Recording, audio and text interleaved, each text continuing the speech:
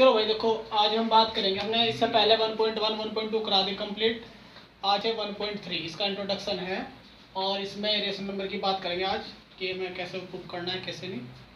ठीक है, तो देखो इसमें सबसे पहले एक 9th में भी चैप्टर है नंबर सिस्टम का, और नंबर सिस्टम बताया गया आपको कि वहाँ क्या रियल नंबर है, क्या प्राइम नंबर है, क्या कंपोजिट नंबर है। थोड़ा मैंने इंट्रोडक्शन पहले बताया था आपको कि कौन कैसा नंबर हम पहचानेंगे। ठीक है, तो देखो यहाँ देख लो थोड़ा सा, मैं लिखता हूँ फिर भी रियल नंबर।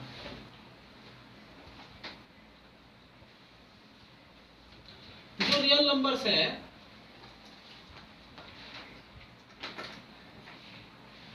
देखो, नंबर सिर्फ दो ही टाइप के हैं। नंबर सिर्फ है दो ही टाइप के, एक तो है without decimal, without decimal numbers, और एक है with decimal number, with decimal. यानी कि दुनिया के अंदर सिर्फ दो ही नंबर है, एक तो विद डेसिमल और एक विदाउट डेसिमल, है ना। विदाउट डेसिमल आपके पास जैसे कि आपके पास हो गया -3 -2 -1 0 1 2 3 अप टू एंड। और विद डेसिमल क्या होंगे आपके पास, सभी को मैंने कहा कि 1.57 या 1.5757 या आपके पास हो जाए और करके लिख दो, सॉरी, और 1.57135219 कुछ ऐसे हो। तो इसमें आपके पास रियल नंबर में दो तरह के नंबर होंगे, तो विद डेसिमल होगा और एक होगा विदाउट डेसिमल। हमने कहा सिर्फ दुनिया के अंदर सिर्फ दो ही नंबर है, एक तो विद डेसिमल और एक विदाउट डेसिमल। अब इसमें देखो यहाँ पे ये इंटीजर्स है, और इंटीजर्स कैसे है, ये नेगेटिव इंटीजर हो गया आपके पास, ये हो गया नेगेटिव इंटीजर। ये आपके पास जीरो इंटीजर हो गया, और ये आपके पास पॉजिटिव इंटीजर, पॉजिटिव इंटीजर इसी को हम बोलते हैं। ये आपके पास नेचुरल नंबर भी हो सकते हैं, सारे नेचुरल नंबर होंगे। यही आपके पास होल नंबर होंगे।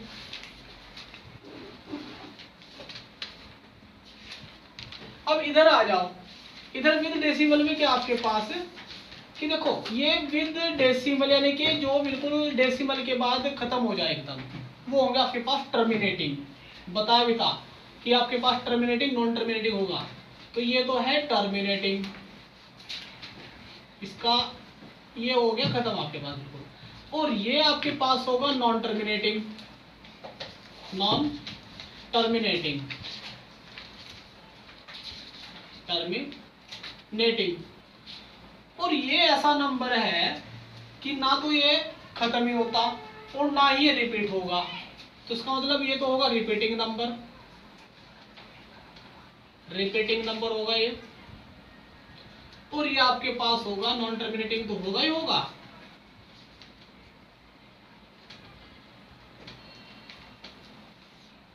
नॉन टर्मिनेटिंग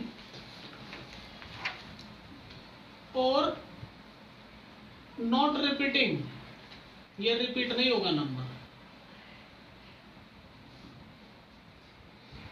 इसी नंबर को हम बोल लेंगे इरेशनल नंबर। ये आपके पास क्या होगा, इरेशनल नंबर्स। ये आपके पास इरेशनल नंबर्स। देखो इस नंबर को हम पी बाई क्यू की फॉर्म में नहीं लिख सकते, ये पी बाई क्यू की फॉर्म में नहीं होगा। और ये आपके पास क्या होंगे, दोनों पी बाई क्यू की फॉर्म में। जो पी बाई क्यू की फॉर्म में होगा वो आपके पास होगा रेशनल नंबर, रेशनल नंबर। लेकिन हमें बात करनी है आज इरेशनल नंबर की, हमें बात करनी है इरेशनल नंबर की। तो हमने कहा कि रियल नंबर दो टाइप का, विद डेसिमल और विदाउट डेसिमल। इधर 1.57 1.57 यानी कि जो आपके पास पॉइंट के बाद फिनिश हो जाए, रुक जाए एकदम, तो वो तो टर्मिनेटिंग होगा। जो पॉइंट के बाद रिपीटिंग होगा वो आपके पास नॉन टर्मिनेटिंग होगा। और जो आपके पास नंबर खत्म भी ना हो और रिपीट भी ना हो, तो वो क्या होगा आपके पास, non terminating not repeating number. उसको हम पी बाई क्यू की फॉर्म में नहीं लिख सकते। तो ये आपके पास हुआ इरेशनल नंबर। अब देखो इरेशनल नंबर क्या क्या होंगे। हाँ, इधर विदाउट डेसिमल में क्या आपके पास ये सारे नेगेटिव के और सारे पॉजिटिव के नंबर विदाउट डेसिमल, यानी कि -3, -2, -1, 0, 1, 2, 3, 4, 5 अप टू n। तो ये आपके पास नेगेटिव इंटीजर हुआ, ये 0 हुआ, और ये पॉजिटिव इंटीजर या नेचुरल नंबर बोलते इसको। होल नंबर भी यही होंगे। होल नंबर तब होगा जब इसके साथ 0 ऐड कर दी जाए, नेचुरल नंबर के साथ 0 ऐड कर दे, तो ये आपके पास क्या होगा, होल नंबर होगा। अब इरेशनल नंबर की पहचान क्या है, उसको पहचानेंगे कैसे। एक तो हमने ये कहा कि वो p बाई क्यू की फॉर्म में नहीं होगा, वो p बाई क्यू की फॉर्म में बिल्कुल भी नहीं होगा। इरेशनल नंबर, अगर हम इरेशनल नंबर की ही बात करें, इरेशनल नंबर आपके पास होगा not equal to p by Q. तो जितने देखो स्क्वायर रूट में जितने भी प्राइम नंबर होंगे, स्क्वायर रूट में जितने भी प्राइम नंबर होंगे, वो प्राइम नंबर हमने तुम्हें बताया था, बार बार बताया, पहले 1.1 में बताया, 1.2 में बताया। प्राइम नंबर वो नंबर है जो सिर्फ और सिर्फ अपने आप से ही डिवाइड हो, वो प्राइम नंबर है। तो जितने प्राइम नंबर स्क्वायर रूट के हो वो सारे आपके पास इरेशनल नंबर होंगे।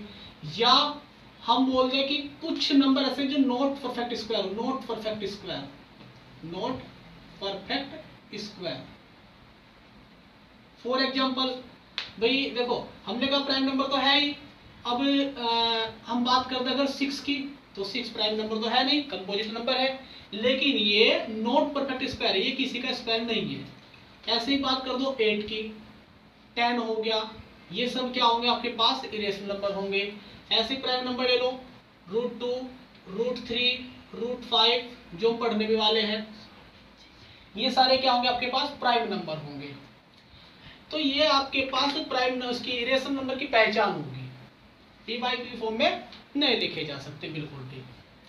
दूसरी बात हम करते हैं कि irrational number, prime number, not perfect square, √3, √5, √6, √10।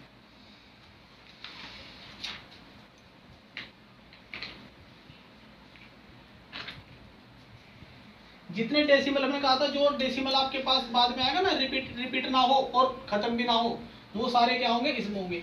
और दूसरी बात देखो, पाई भी क्या आपके पास इरेशनल नंबर है, इरेशनल नंबर, पाई इरेशनल नंबर है। अब ये मत बोलना कि 22/7 की फॉर्म में लिखा जा, वो तो एक प्रैक्टिकली वैल्यू है, क्योंकि पाई की वैल्यू जो है ना वो 3.14 एग्जैक्ट नहीं है, वो तो सिर्फ दिया गया। तो 3.14 के आगे भी नंबर है और वो खत्म भी ना हुए, चलते रहे नंबर और खत्म भी रहे, रिपीट भी नहीं हुए और खत्म भी नहीं हुए। तो जब मैंने कहा जो खत्म भी ना हो, रिपीट भी ना हो, वही तो इरेशनल होगा। तो ये ना तो फिनिश हो पा रहे और ना ही आपके पास रिपीट हुए, तो ये आपके पास इरेशनल नंबर हो गया। पाई की वैल्यू, पाई भी क्या है, इरेशनल नंबर है। पाई इरेशनल नंबर, 3.14 को इरेशनल नंबर नहीं बोल सकते। ठीक है, ये सारी चीज आपके पास इरेशनल नंबर होगा। अब इसकी कुछ प्रॉपर्टी कैसी है कि अगर हम रेशनल नंबर में इरेशनल नंबर ऐड कर दें तो आपको इरेशनल ही मिलेगा, और रेशनल से इरेशनल हटा दें, माइनस कर दे तो भी रेशनल मिलेगा, या आप इरेशनल की मल्टीप्लाई कर दे तो भी आपको पास इरेशनल ही मिलेगा, और आप इरेशनल से रियल नंबर हटा दो तो भी इरेशनल मिलेगा, और इरेशनल में ये तो मैंने पहले बता दिया। तो सारे आपके पास ये कुछ इसकी प्रॉपर्टी होगी। एक प्रॉपर्टी है कि अगर हम इरेशनल नंबर की मल्टीप्लाई इरेशनल में कर दें तो वो रेशनल भी हो सकता है और इरेशनल भी हो सकता है। देखो कैसे होगा, अगर मैं कह दूं √3, मैंने कहा कि पाई इरेशनल नंबर है, पाई की वैल्यू जो 3.14 है वो एग्जैक्ट वैल्यू नहीं, वो सिर्फ ली गई है, ये तो इरेशनल नंबर है, पाई इरेशनल नंबर है। अब इसकी प्रॉपर्टी का अगर बात करते हैं तो क्या होगा कि अगर हम रेशनल नंबर में इरेशनल ऐड करें तो इरेशनल होगा, रेशनल में इरेशनल माइनस करें तो भी इरेशनल होगा, दोनों की मल्टीप्लाई करें तो भी इरेशनल होगा, अगर इरेशनल से रेशनल हटाए तो भी इरेशनल होगा, और अगर इरेशनल की रेशनल से मल्टीप्लाई करें तो रेशनल भी हो सकता है और इरेशनल भी हो सकता है। फॉर एग्जाम्पल देख लो भाई, फॉर एग्जाम्पल में क्या है हमने कहा कि अगर √3 इरेशनल है, √2 ये भी इरेशनल है, मल्टीप्लाई की √6 यानी कि इरेशनल नंबर आ गया, ये आपके पास इरेशनल नंबर आ गया। और हमने कहा फिर इरेशनल की मल्टीप्लाई की तो ये आपके पास रेशनल नंबर आ गया। तो √3 मल्टीप्लाई 3 होती 3 क्या आपके पास रेशनल नंबर है, ठीक है ना। तो 3 देखो कब होगा 3/, ये 3/1 हो गया ना, तो भी तो रेशनल नंबर होगा, क्योंकि रेशनल नंबर का p/q फॉर्म में होता है। ठीक, ये उतार लो, वीडियो पॉज करके उतार लो। देखो अब थ्योरम की बात करते हैं। इसमें थ्योरम है कि if p is prime number p divides q² then p divides q also. मतलब ये कह रहा है कि p अगर कोई भी प्राइम नंबर है तो p डिवाइड करेगा q² को, और q क्या है, where q is any positive integer, कोई भी पॉजिटिव इंटीजर है कोई भी, लेकिन p क्या आपके पास प्राइम नंबर है। फॉर एग्जाम्पल हम बात करते अगर कि 2 डिवाइड्स 10 का स्क्वायर, देखो 10 कोई भी पॉजिटिव इंटीजर है ना, तो 2 डिवाइड्स ऑल्सो 2 डिवाइड्स 10 ऑल्सो, ये डिवाइड करेगा कि नहीं करेगा देख लो, है ना। तो कहने की बात ये है कि p आपके पास कोई भी प्राइम नंबर होगा तो वो डिवाइड करेगा q² को, और q आपके पास कोई भी पॉजिटिव इंटीजर हो सकता है, कोई भी। एग्जाम्पल हमने बता दिया ये। अब इसके बेस पर भी क्वेश्चन करते हैं। अब क्वेश्चन देखो इसका, क्वेश्चन क्या है, तो थ्योरम इसमें कह रहा है कि prove that √2 is irrational number, irrational number. लो भाई इसको हमें प्रूव करना है, ठीक है।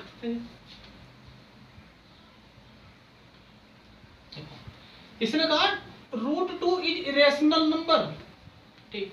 हमने कहा नहीं, हम इसका अपोजिट मान लो, हम कह देंगे भाई नहीं ये है नहीं, हम तो कह रहे कि √2 एक रेशनल नंबर है, √2 क्या है, एक रेशनल नंबर है। तो लेट √2 इज रेशनल नंबर। अगर रेशनल नंबर है तो सीधी सी बात है भाई √2 आपके पास क्या होना चाहिए, p/q होना चाहिए, where q not equal to 0, ये कंडीशन तो होती है हमें। एक बात और याद रखना, जो p/q है ना, ये सिंपलेस्ट फॉर्म होगी, किसी भी नंबर की जो रेशनल नंबर होगा आपके पास वो सिंपलेस्ट फॉर्म होगी। जैसे हम कह दे 10/20, इससे कैंसिल हो गया, यानी कि 1/2, तो 1/2 10/20 की क्या है सिंपलेस्ट फॉर्म। तो यहाँ सिंपलेस्ट फॉर्म लिखनी है, और सिंपलेस्ट फॉर्म का मतलब क्या होगा, उसका HCF, उन दोनों नंबर्स का HCF क्या होना चाहिए, 1 होना चाहिए। यानी कि अगर आपके पास A और B है तो A और B का HCF आपके पास 1 हो तो आपके वो सिंपलेस्ट फॉर्म होगी, और ये दोनों नंबर क्या होंगे, कोप्राइम नंबर होंगे, है ना। तो ये कोप्राइम नंबर होंगे। यहाँ लिख दिया हमने कि √2 equal to p/q where q not equal to 0 and p and q are coprime numbers, coprime numbers.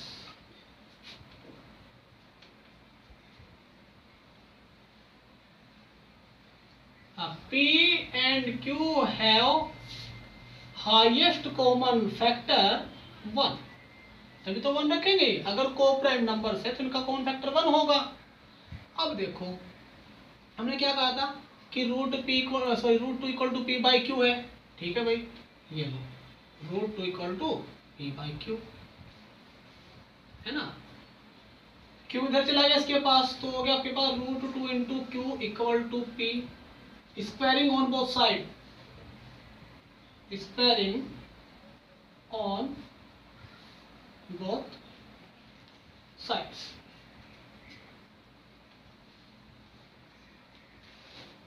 ये हो गया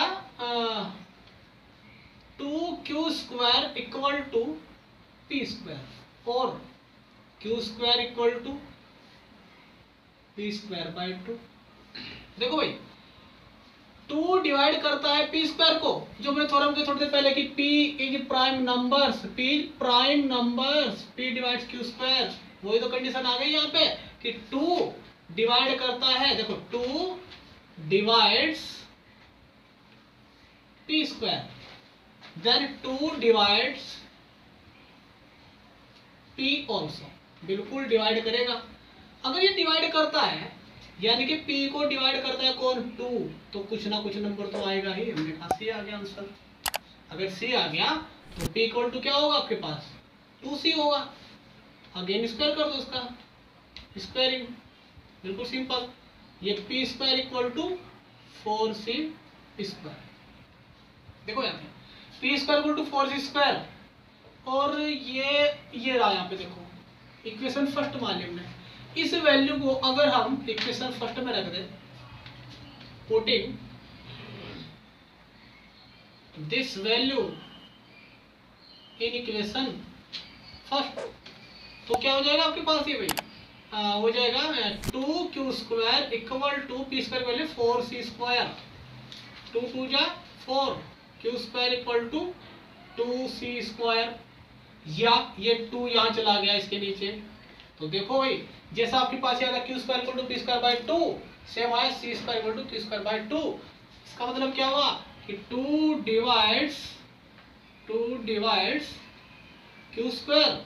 अगर क्यू स्क्वायर को डिवाइड करो तो सीधी सी बात है कि 2 divides Q also.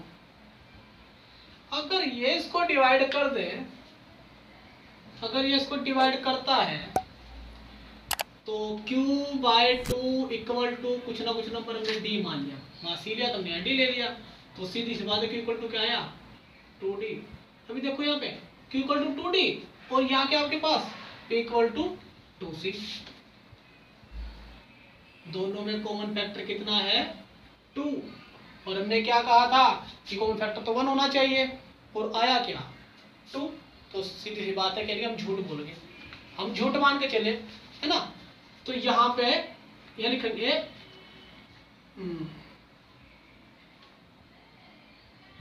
P and Q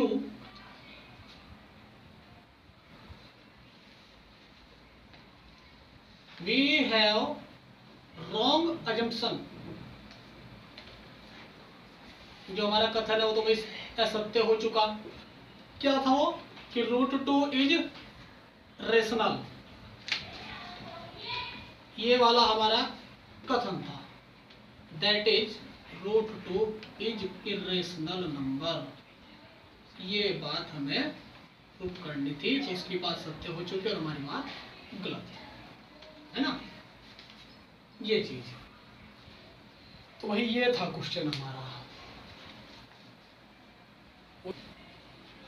देखो अब ये था आपके पास। अब क्वेश्चन सेम ऐसे अगर आ जाए आपके पास यहाँ पे √3, अगर ये हम कर दे √3 तो √3 हो गया, √3 यहाँ, ये आपके पास 3 आ जाएगा, यहाँ 3 हो जाएगा। बिल्कुल सेम क्वेश्चन ऐसे चलेगा, ये 3 हो जाएगा तो 3 divides p square, 3 divides p also, same condition ऐसे चले, बिल्कुल सेम क्वेश्चन होगा। √3 आ जाए आपके पास, √5 आ जाए, √7 आ जाए, कोई भी क्वेश्चन हो वो सब ऐसे ही करने आपको। तो ये क्वेश्चन करके देखना, बाकी कल एक्सरसाइज की बात करेंगे।